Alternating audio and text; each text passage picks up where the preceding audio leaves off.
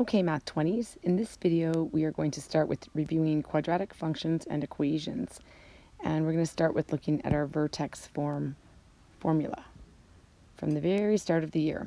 So first off, just a reminder that the vertex is the variables p and q. Okay, and those are just a fancy, they're still just a point x and y, but they're given a fancy name given that they're the vertex of the parabola. Our domain of all parabolas is the set of all x's such that x is all reals. Okay, the range, if our a value is positive, such as this one, we would say that our range is the set of all y's such that y is greater than or equal to q and y is an element of reals. Okay, all real numbers greater than or equal to q. That's if a is positive. Okay, if a is greater than 0. And of course, our range, if a is less than 0, would be the set of all y's such that y would be less than or equal to q.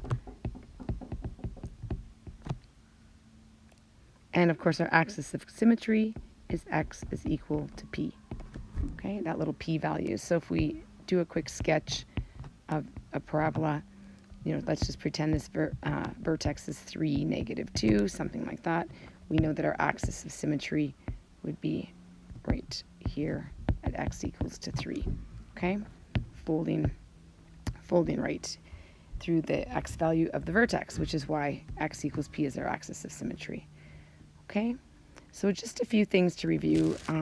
Down here, I'm just going to pause the video for a second and fill in the domain because we know they're all going to be the same.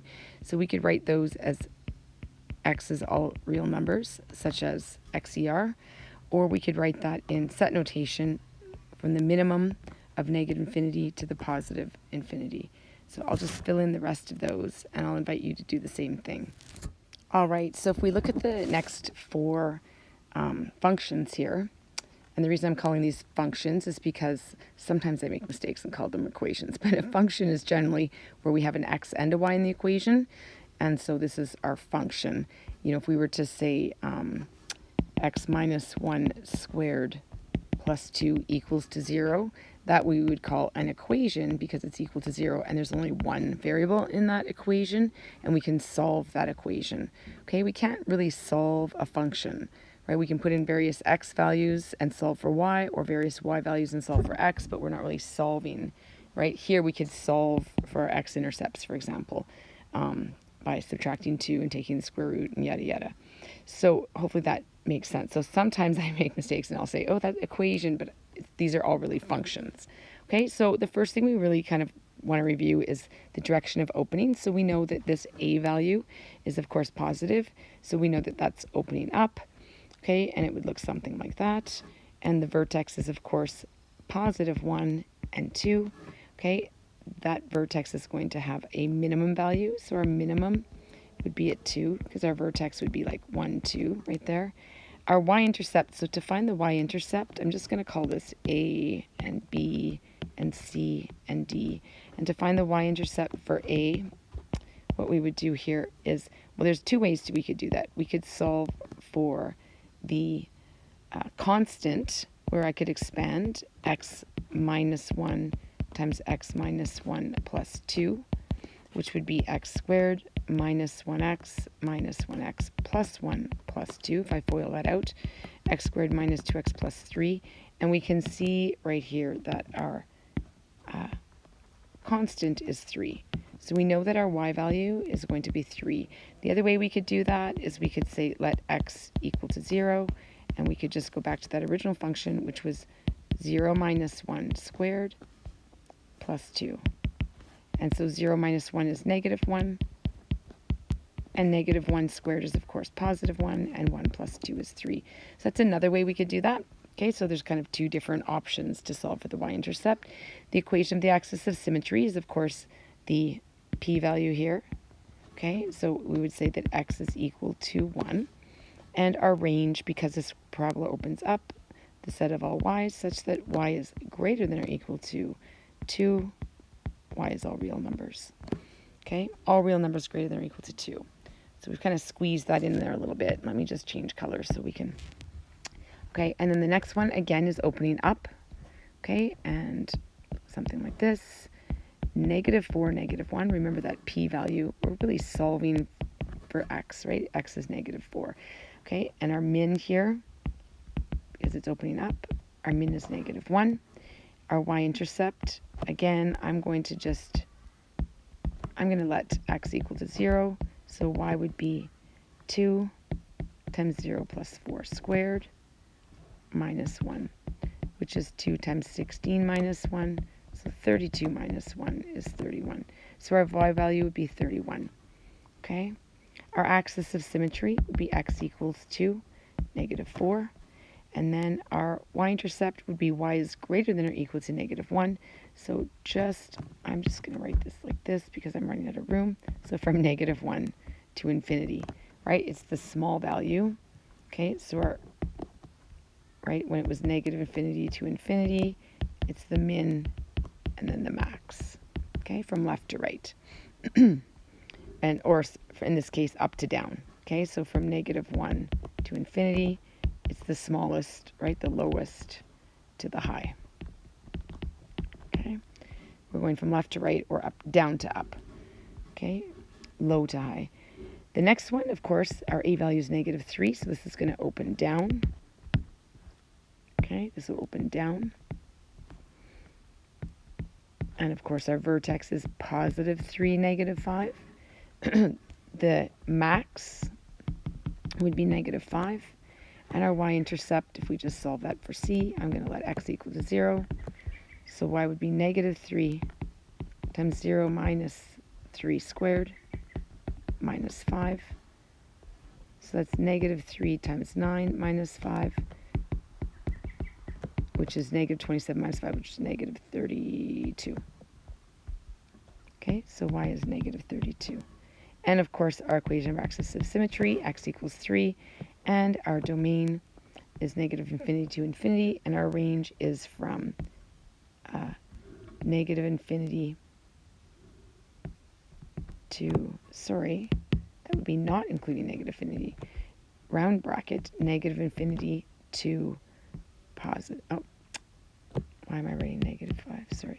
From -infinity to -5, square bracket. So let's just do a visual here. Okay, let's help Mr. Schwartz out here. So we're going from -infinity to -5. And then, of course, because we can include -5, right, that's a square bracket there. Okay, so the last one here, we can't really see the vertex. I'm just going to rewrite that down below. We could use our calculator if we had that option, but algebraically, probably good to review that a little bit. So that's -2x squared y equals plus 8x minus 5. So I'm going to quickly complete the square. As a quick review, we want to kick out that constant. Okay, we're going to kick out the constant and factor out the a value at the same time. So we get a -2 x squared minus 4x, right? 8 divided by -2 is -4. Then we take half of -4 and square it. So that's, of course, -2 squared, which is 4. So we're going to plus 4 and minus 4, which really effectively is adding 0. Okay? And this -5 got kicked out of the brackets there. Now, I want to keep going.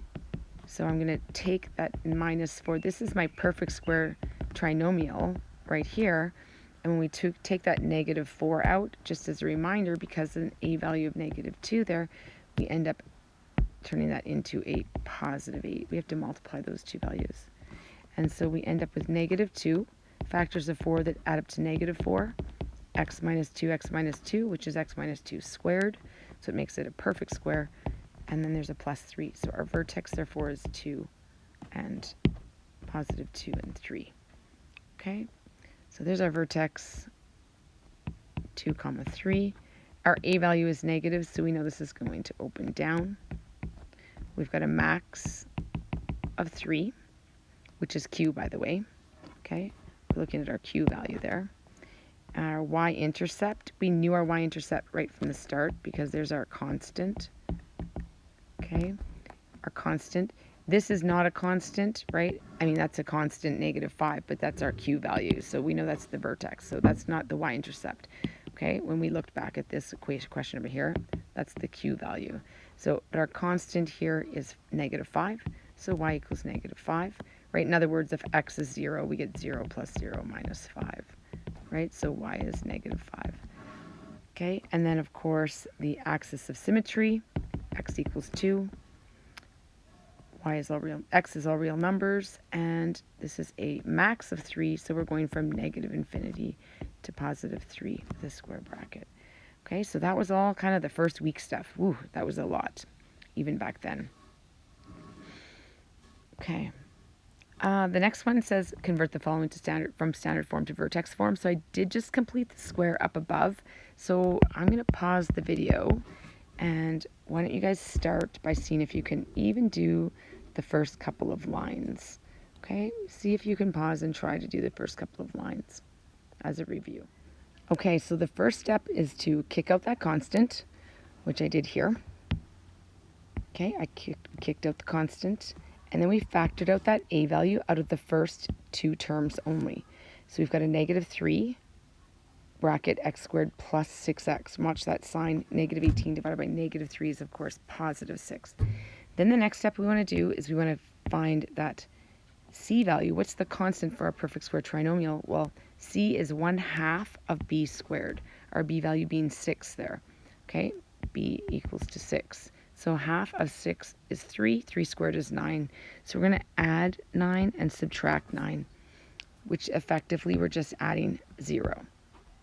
So we get a -3 x squared plus 6x plus 9. That's now our perfect square trinomial. We're moving this -9 out, okay, with the constant. But before we do that, remember we need to take that guy. We need to take that guy, and we need to make that -9 multiplied by the -3. So when we move that out, we get a +27 minus 24. Right? Minus 24 there. The minus 24 was already there. So now, our next, we've got -3, x plus 3, factors of 9 that add up to 6, 3 and 3, x plus 3 squared, and that's a +3. So now we've changed it to vertex form. If it had asked for a vertex, our vertex is, of course, -3 and 3.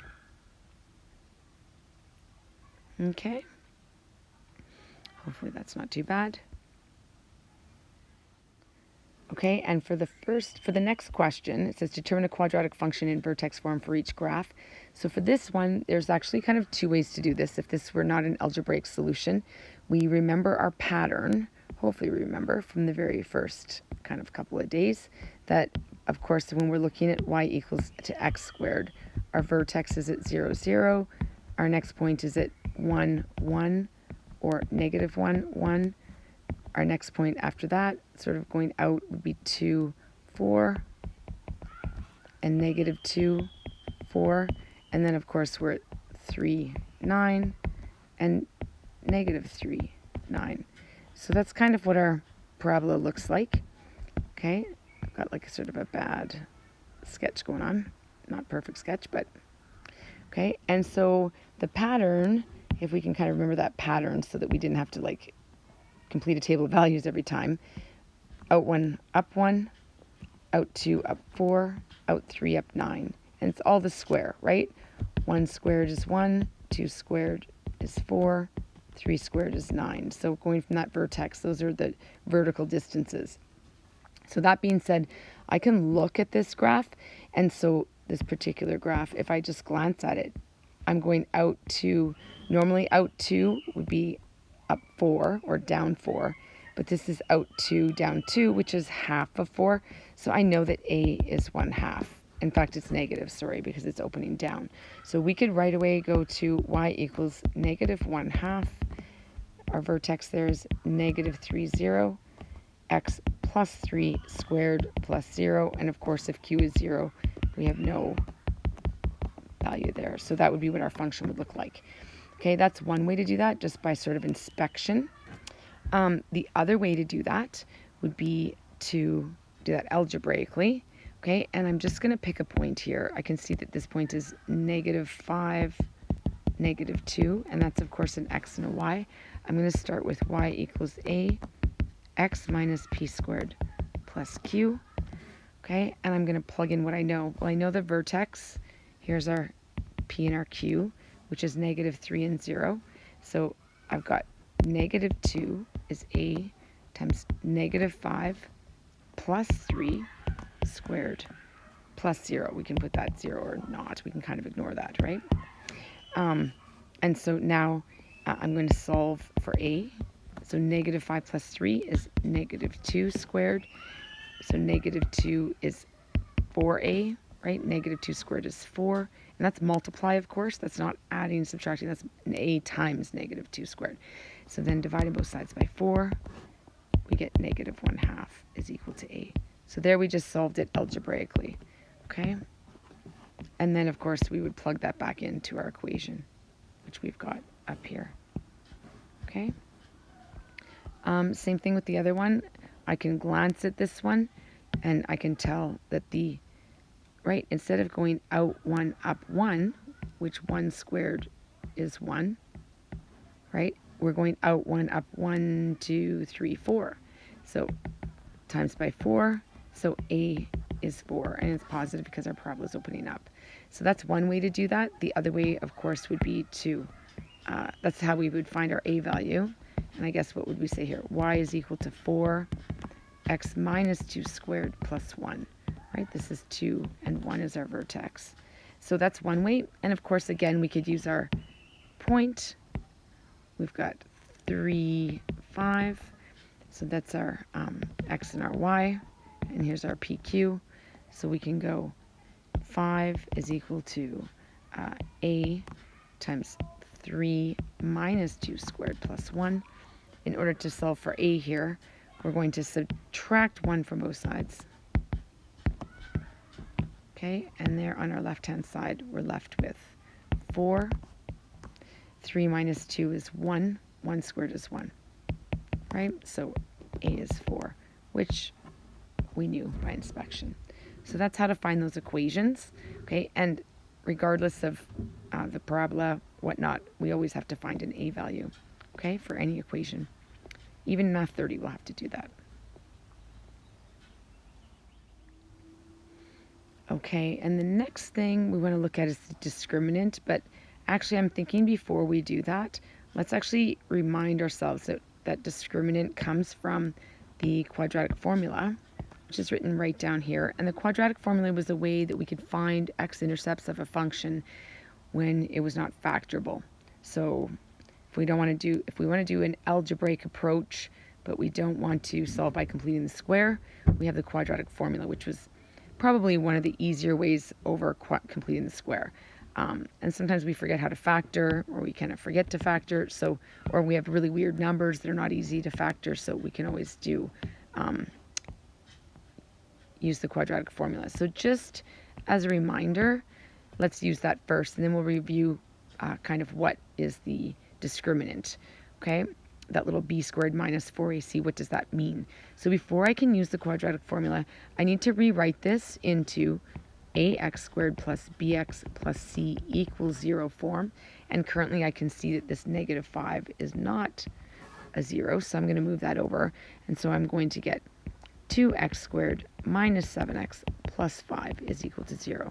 And so now I can see that my a value is 2, my b value is -7, and my c value is 5.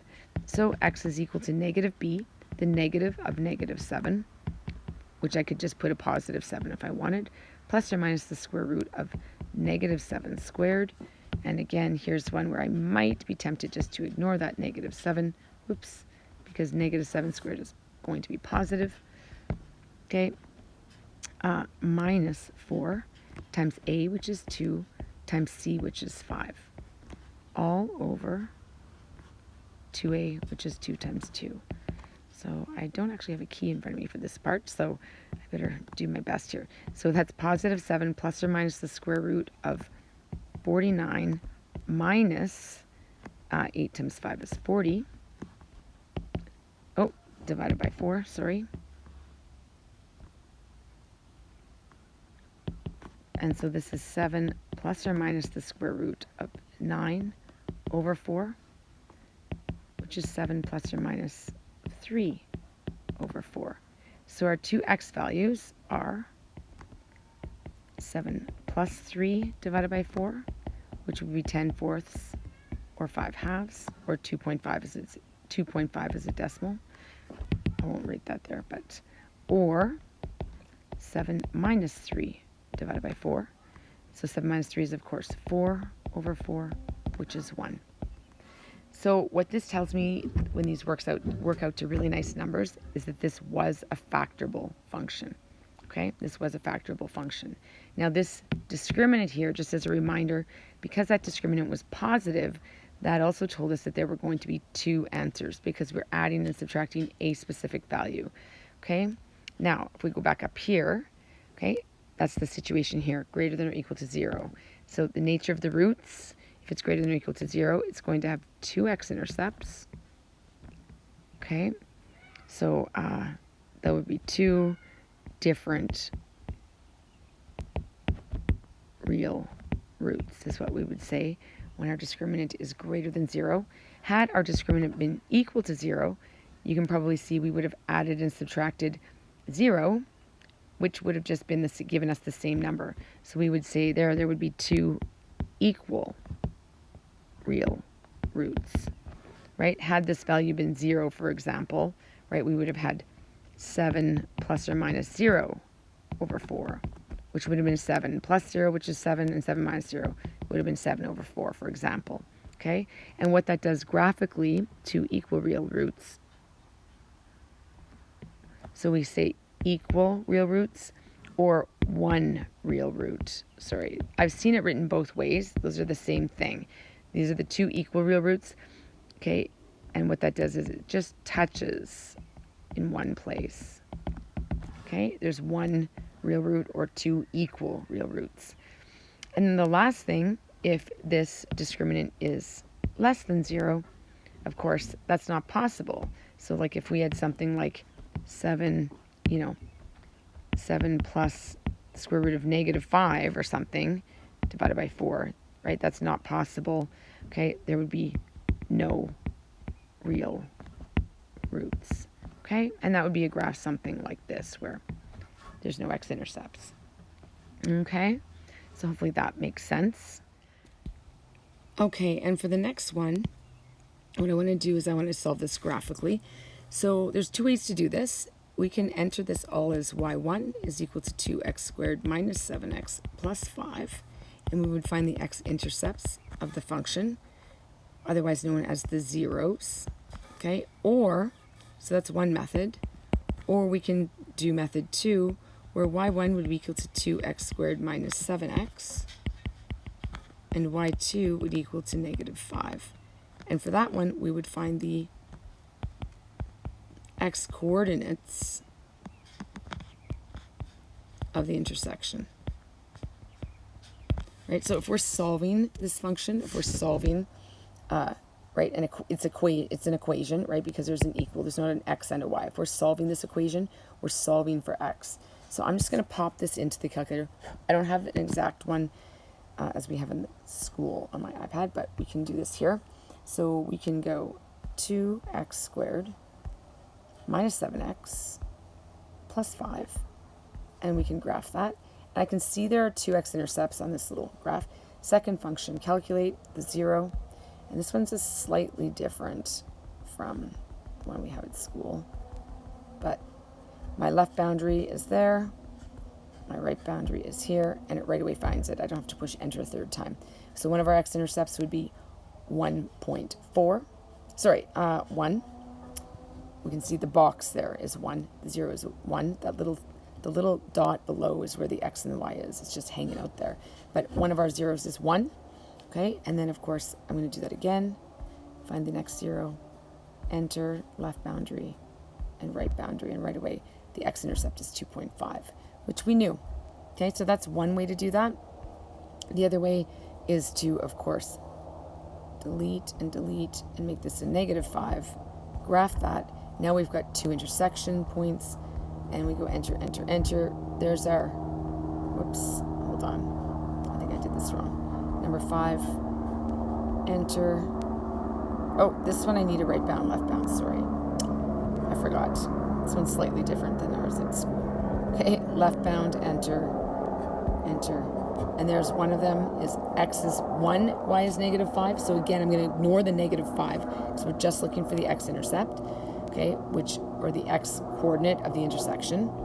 And the next one, 5, this is a left bound as well. Enter and enter.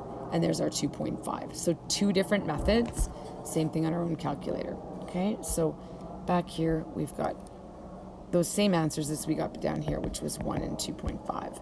Okay, x is 1 and 2.5. Okay, and because those are nice values, we know that we could have factored this question.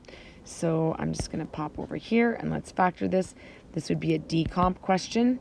Okay, so we've got 2x squared minus 7x plus 5 equals to 0. Okay, so I shouldn't get rid of that equation. This equal sign should stay here the whole time. Okay, so I want a product of 5 and a sum of -7. So 5 and -7.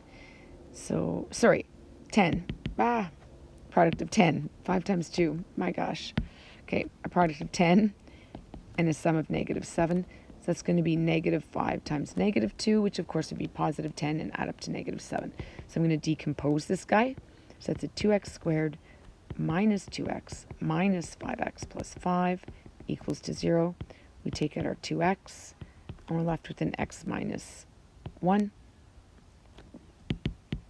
I don't think I need the square brackets there. X minus 1 and -5 and an x minus 1. And so now we have our 2x minus 5 and our x minus 1. And so, of course, x is 5 halves and x is 1.